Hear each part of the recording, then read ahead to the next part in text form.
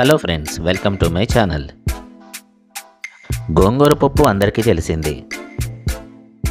రెగ్యులర్గా కందిపప్పుతో పాటు ఉడకబెట్టేసి కాస్త తాలింపు దట్టించి లాగిచ్చేస్తాం. మరి అదే గోంగూర పప్పుని కొద్దిగా డిఫరెంట్ స్టైల్లో తయారు చేద్దాం.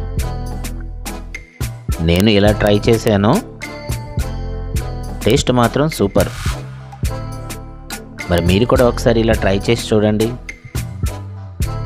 మరి కమ్మగా ఉండే ఈ గోంగూర పప్పుని నా స్టైల్లో ఎలా తయారు చేశానో, మరి దానికి కావలసిన పదార్థాలు ఏంటో, అలాగే తయారు చేసే విధానాన్ని కూడా చూసేద్దాం.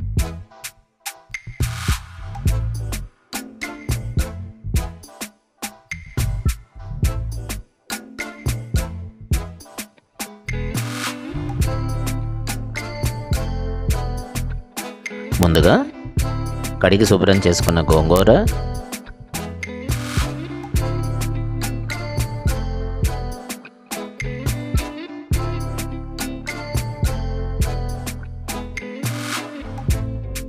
కొద్దిగా కరివేపాకు, ఒక బౌల్ కందిపప్పు, కొద్దిగా ఆయిల్. నేను ఇక్కడ రిఫైన్డ్ గ్రౌండ్నట్ ఆయిల్ తీసుకున్నాను. కొద్దిగా పచ్చిమిర్చి, సన్నగా తరిగిన ఉల్లిపాయ ముక్కలు, తాలింపు దినుసులు,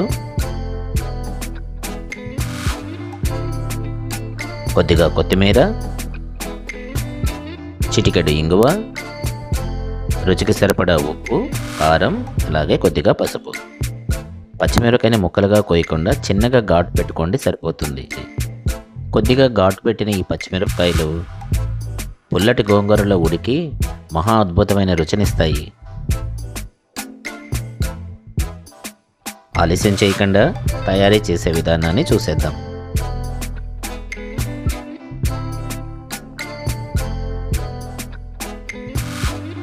ముందుగా ఒక బౌల్లో కందిపప్పును తీసుకుని పరిశుభ్రంగా కడగండి.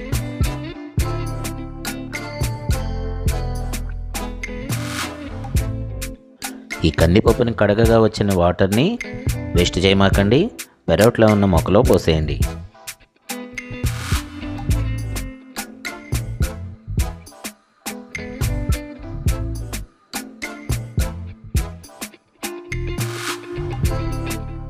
తరువాత ఒక ప్రెషర్ కుక్కర్లో ఈ కడిగిన కందిపప్పుకు సరిపడా నీటిని కలిపి 3 విజిల్స్ మీద చక్కగా ఉడికించండి.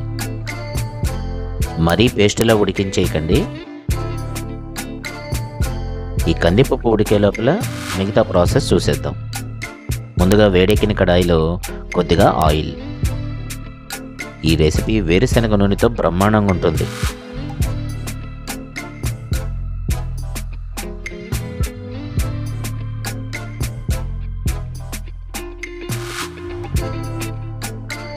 ఆయిల్ వేడెక్కింది. ముందుగా శుభ్రం చేసి పెట్టుకున్న గోంగూరను ఈ ప్యాన్కి యాడ్ చేద్దాం.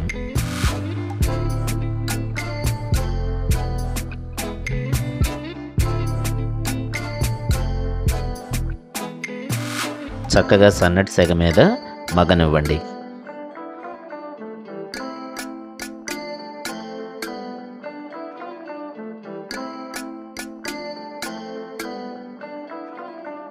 ఈ గోంగూర అడుగంటకుండా చూసుకోండి, లేదా టేస్ట్ మారిపోతుంది.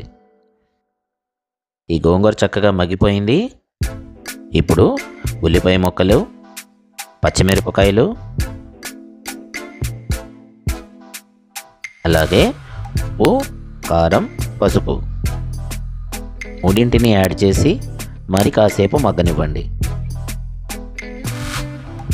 సన్నటి సెగ మీద ఉడికించుకోండి. ఈ దశలో పచ్చిమిరపకాయలు గోంగూరలో ఉన్న పులుపుని అబ్జర్వ్ చేసుకుని మహా రుచిని తీసుకొస్తాయి ఈ వంటకానికి. ఇప్పుడు కొద్దిగా ఇంగువను కూడా యాడ్ చేద్దాం. కందిపప్పు రెడీ అయిపోయింది. ఉడికించుకున్న పప్పును కూడా కలిపేసేయండి.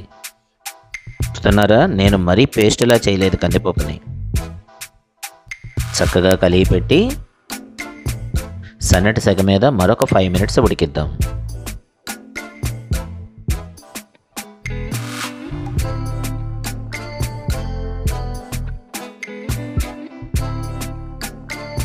రెసిపీ చక్కగా టెక్స్చర్ మారిపోయింది, అలాగే కందిపప్పు కూడా చక్కగా సాఫ్ట్గా అయిపోయింది.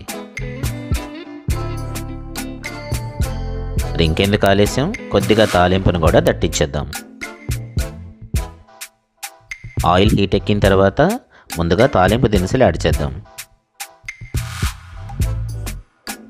ఆవాలు చిటపటలాడుతున్నాయి.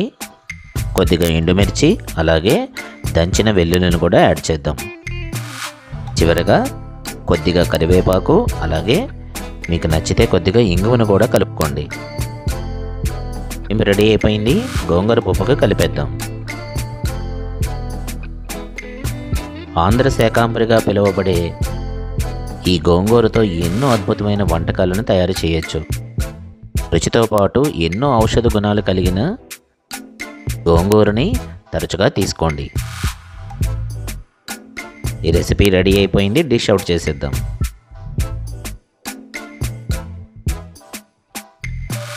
ఈ వీడియో కనుక మీకు నచ్చితే లైక్ చేయండి, కామెంట్ చేయండి, షేర్ చేయండి, అలాగే సబ్స్క్రైబ్ చేయటం మర్చిపోకండి.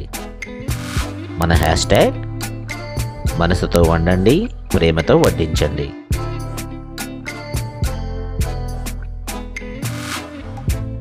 మరొక మంచి రెసిపీతో మళ్ళీ కలుద్దాం. Thank you.